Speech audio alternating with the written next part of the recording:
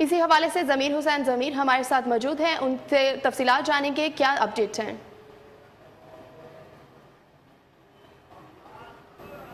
जी बिल्कुल।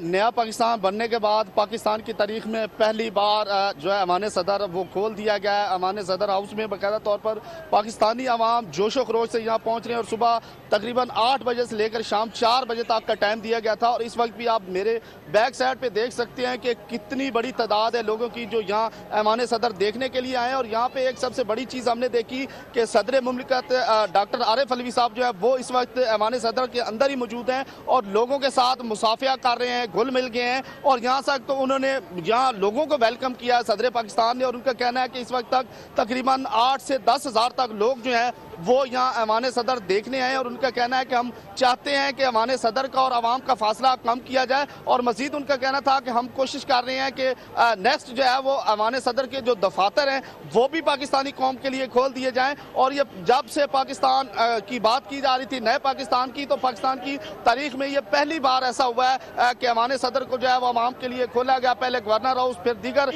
हाउसेस खोले गए और अब पाकिस्तान की तारीख का ये सुनहरी बाब है कि सदर हाउस को खोल दिया गया। और यहाँ पे सुबह से लेकर अभी तक हम देख रहे हैं कि नौजवान, बच्चे, बूढ़े, खवातीन, मर्द यहाँ पे बड़े जोशो खरोश से आ रहे हैं। यहाँ तक हमने देखा कि स्टूडेंट्स जो बच्चे हैं छोटे छोटे वो टोलियों की शक्ल में यहाँ आए हैं। उनको लेके जो उनके असातिज़ा हैं वो अमान सदर लेके गए हैं। उसके अलावा नौजवान लड़कियां हमने देखे हैं बड़े जोशो खरोश से वो यहाँ पाकिस्तान की तारीख को देखने आए हैं, पाकिस्तान की हिस्ट्री को देखने आए हैं कि पाकिस्तान का जो ये सदर हाउस है ये कैसा है। इतना जबरदस्त यहाँ पे माहौल बना। ज़मीर हुसैन तफसीलात से